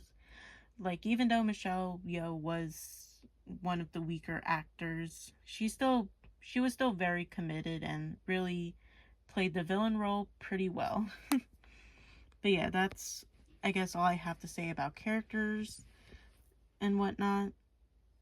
And I do feel like their arcs were done pretty well and are consistent to the first movie. But yeah, that's all I have to say about characters, and now we'll be getting into the songs and soundtrack of this movie. So here we go. So, talking about the songs and soundtrack of Wicked for Good, I will try to make this short because I'm sure this video is as long as it is. But overall, much like Act 2 of Wicked, I do think the songs, while they are good, are weaker than the songs from Wicked 1. And again, they are good songs, but for the most part, the soundtrack does do a bunch of reprises from the first movie, which isn't bad because I feel like calling back to the first movie was a good way to tie both movies together. But it also goes to show how the songs in Act 2, while good, don't really compare to the bangers from Act 1. But to talk more about individually, the opening, Everyday More Wicked, I feel like it was good. I like the rhythm and melody that they use and how you hear a bit of a guitar in that one. And I like the callbacks to No One Mourns the Wicked, obviously. and how when Elphaba sings her verse, it has the similar rhythm or music as The Wizard and I. And then when we get Glinda's introduction, it's a callback to the iconic book dance moment from What Is This Feeling? And I also love when Glinda did her la la, her popular riff, and then the guards did it. That was a great moment. And yeah, overall, solid opening, but doesn't really compare to No One Mourns the Wicked. And also, it doesn't really kind of feel like an opening. It just feels like, oh, we're just singing because we have to introduce you back to the story. And also, I forgot to point this out, but I think it was really funny how that one monkey was wearing Glinda's blazer. I mean, it is in a blink and you'll miss it moment, but I love that detail so much. But yeah, overall, solid enough opening. Just, not the best Act 2 opener ever. And then we got Glinda's solo, Thank Goodness I Couldn't Be Happier, which I think was a good song. And I love the one take they do of Ariana where the camera like zooms in on her face and you could really be able to see like Glinda's distraught of how she has to pretend to be happy when deep down we know she isn't.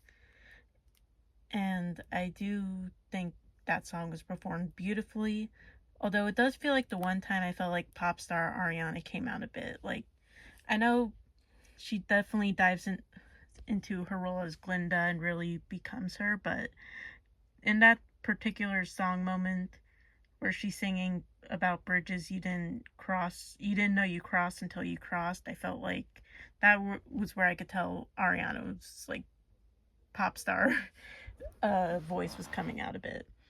But regardless, I think it was a good song. Again, it's Michelle Yeoh singing just kind of brings it down a bit, since I'm sorry, I love Michelle Yeoh, she's just not a very strong singer. But regardless, I think that song was good, and it's just I like the other songs better, but still a good song. And then we have Wicked Witch of the East, which I talked a bit about before, but it might be my least favorite song from the movie just because it doesn't really feel like a song. I think it just has too many dialogue moments, and I feel like musically it was not executed well. But I did like Marissa Bode's delivery of the Wicked Witch of the East line. And it does call back to similar notes and lyrics of Dancing Through Life, specifically with the Bacchanessa lines. But yeah, it was fine, and it's just also hard to listen to because you have the dialogue going on from like Bach like turning into the Tin Man, and yeah, I just really don't consider that a song. But it was okay.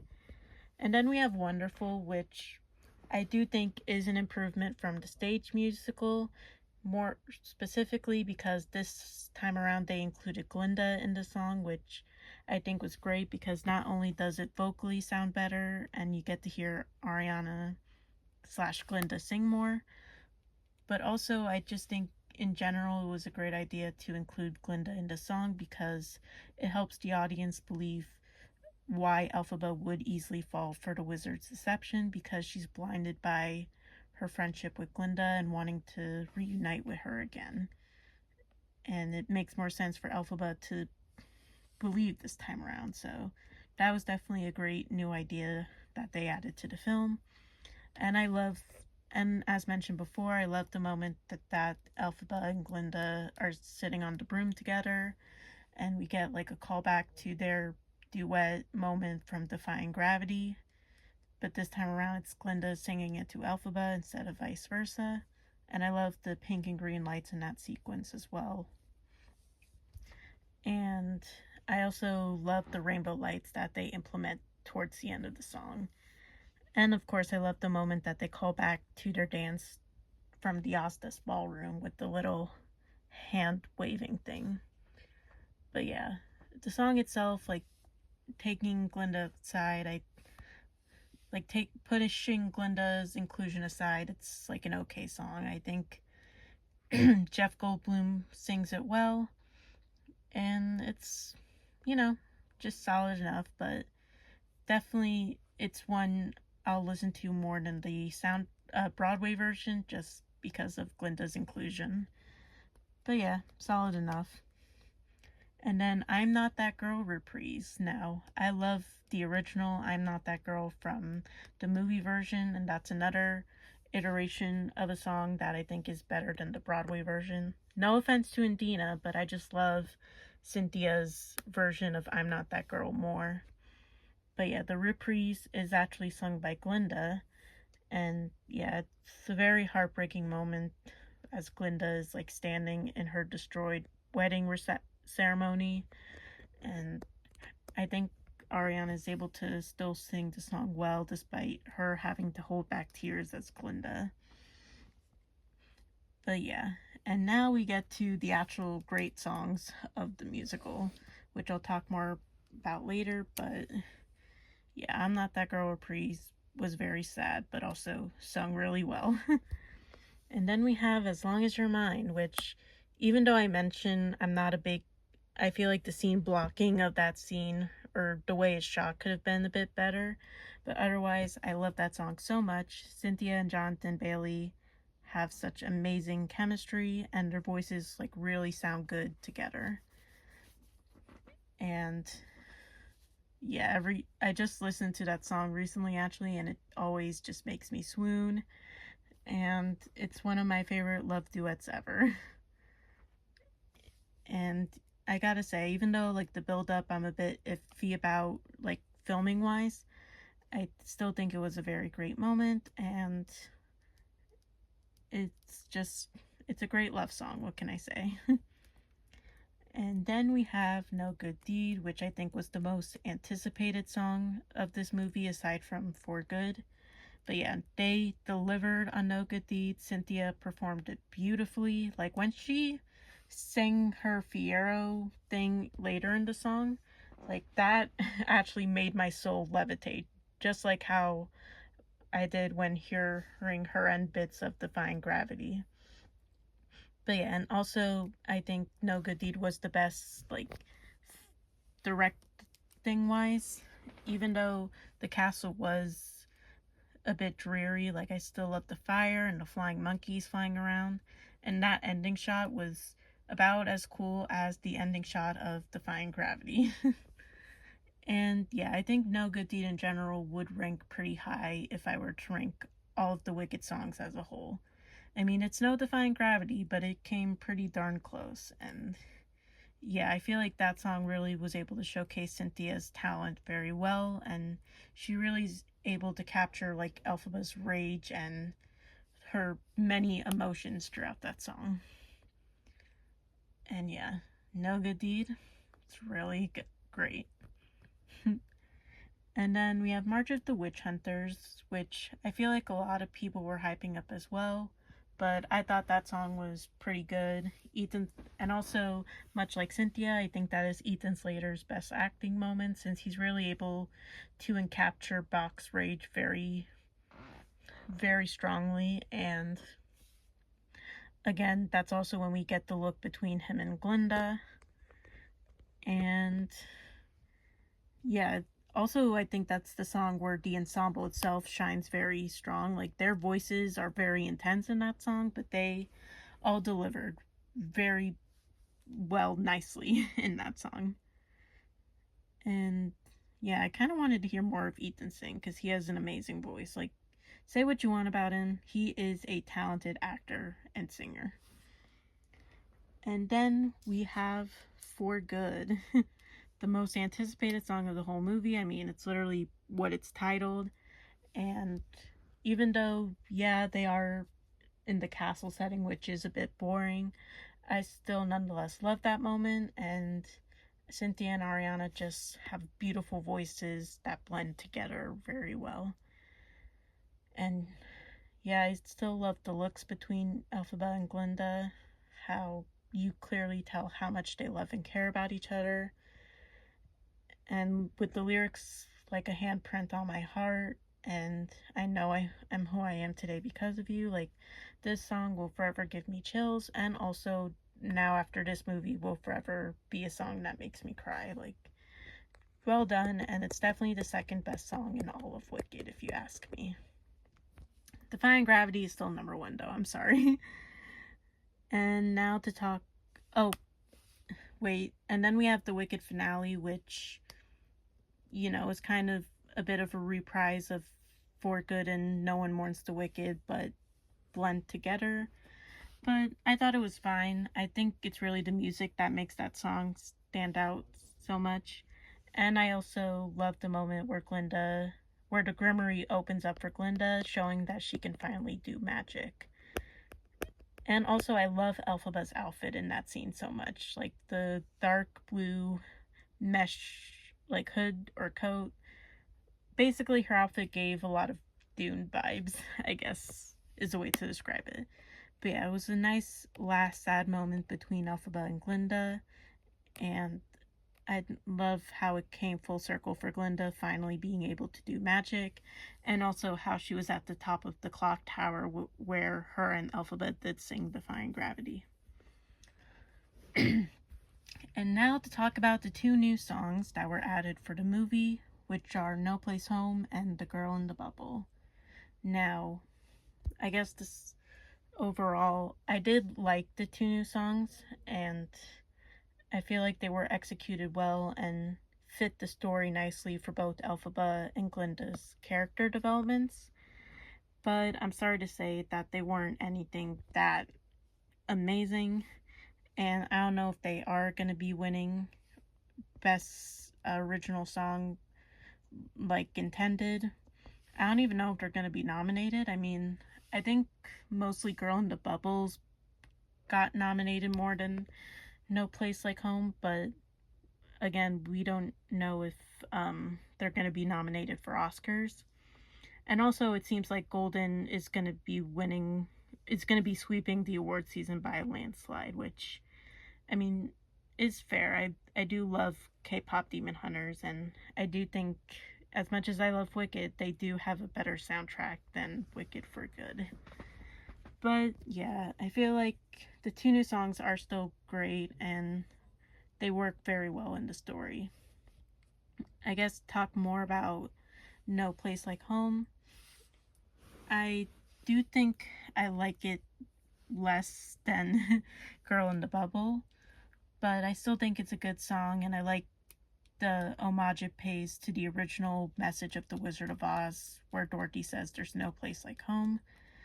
It, although now that the movie, like, we see what happens at the end of the movie, it does feel contradictory a bit because Elphaba ends up leaving Oz.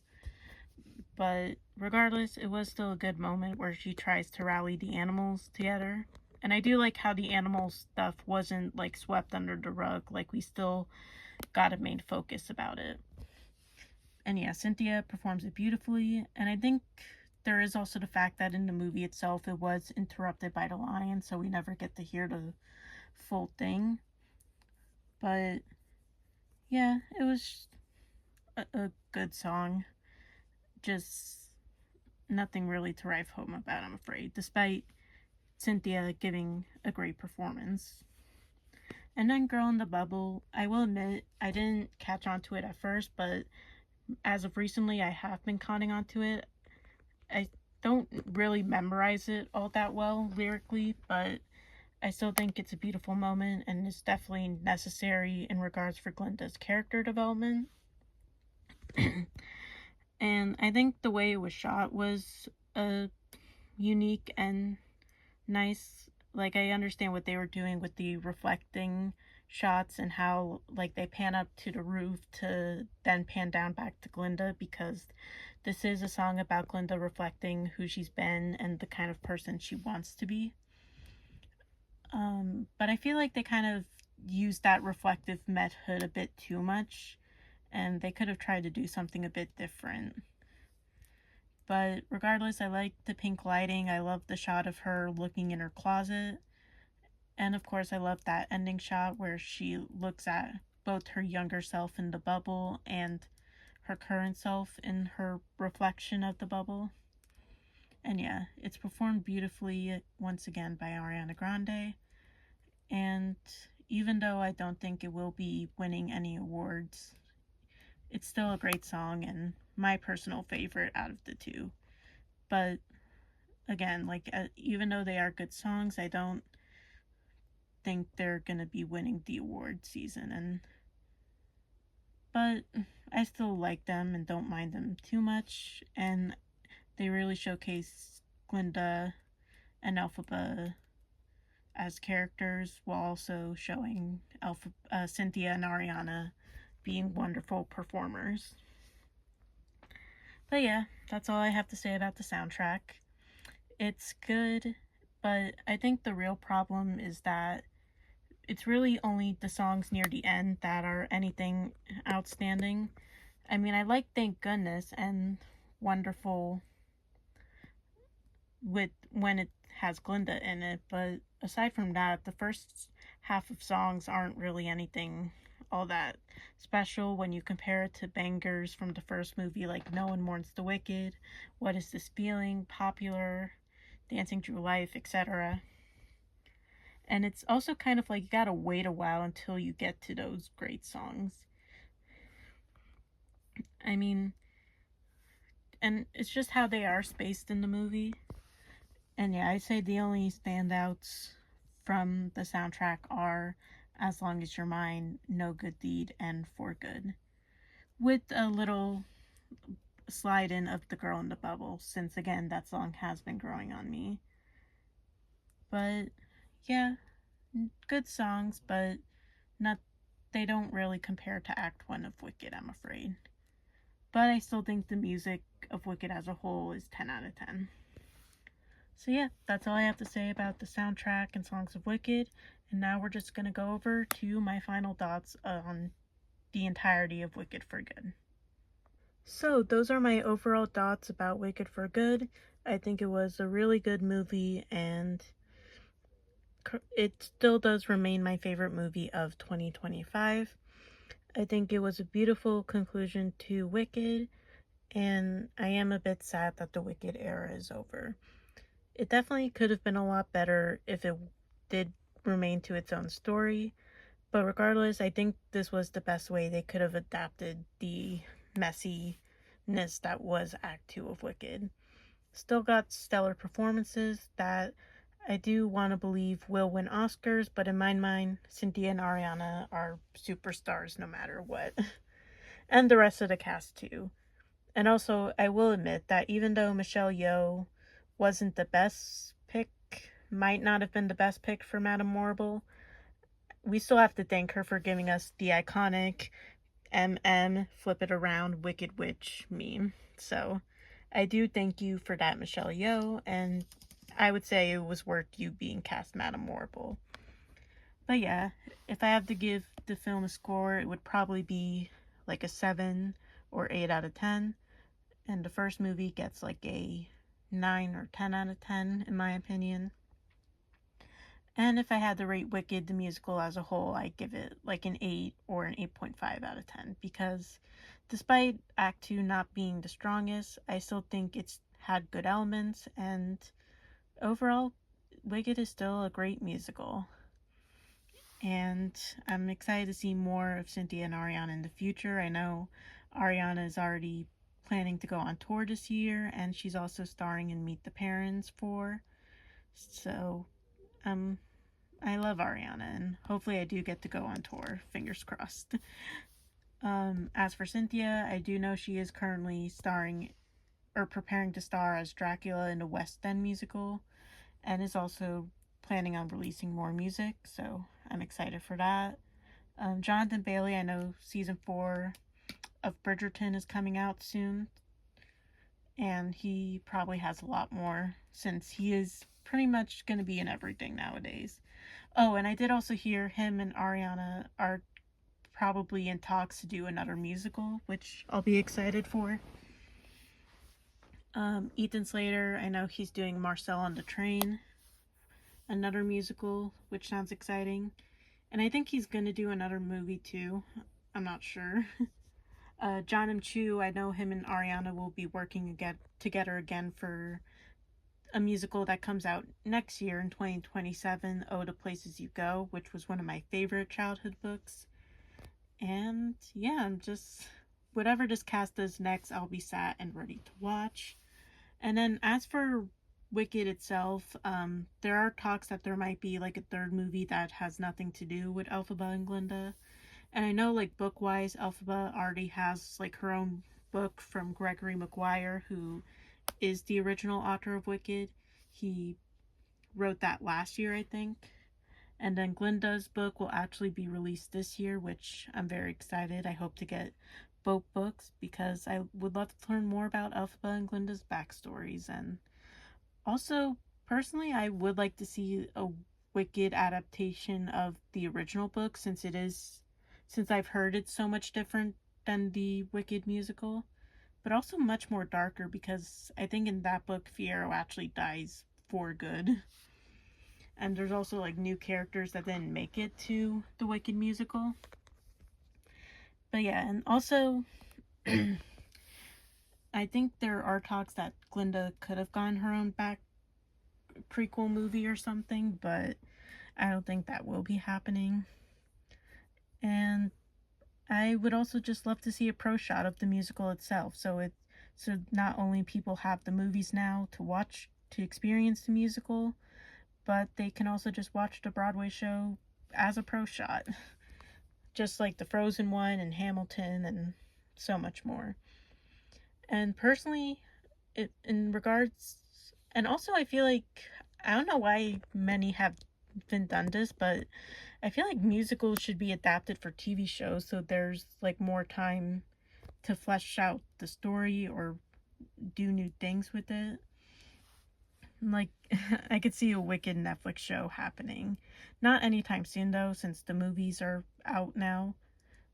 But personally, maybe in like 20 years we could see a Wicked TV show, and it's like season 1 is the first act, season 2 is the second act, and like the episodes could be named the song titles, like No One Mourns the Wicked, Popular, The Wizard and I, Defying Gravity, One Short Day. And honestly, I also think Freya Sky could make a good Glinda, whether it's on the stage or in the Wicked TV show. But yeah, that's all I have to say for Wicked for Good. It is a good movie, and I really love it dearly. But I want you guys to comment down below what you guys thought about Wicked for Good. Did you like it? Did you like it more than the first movie? Do you have any hot takes and popular opinions? Anything and everything about Wicked, please comment down below. I would love to discuss them with you. I'm sorry if this video is longer than anticipated, but I just had a lot to say, and also I do feel bad I made you guys wait forever for it to come out. I mean, I'm sure you guys weren't waiting that long. I'm still fairly new to YouTube. But I hope you guys enjoyed the video and my thoughts on Wicked for Good. It won't be the last time we talk about Wicked on the channel, because I will talk more about it in my Best of 2025 video that's upcoming. And in regards to other videos, be sure to look out for my Zootopia 2 review, which might be next, because I I might be planning to watch Zootopia 2 for the second time tomorrow. And so once I do see it for a second time, then that's when I'll make my review video on Zootopia 2. And then I was thinking about doing a Stranger Things 5 review video, but I feel like that might be longer since, I don't know, I have many thoughts on Stranger Things 5. And of course, I do plan to do my best movies of 2025 video and my best TV shows of 2025. And maybe also do a video where I talk about my most anticipated movies for this year, 2026. But with that being said, that is my Wicked for Good review, and also happy 2026. I hope the year treats you guys right, and I'll see you guys next time for the next video on my channel. But until then, I'm Joyful JoJo, and I'll see you guys later. Ciao for now. Bye, y'all.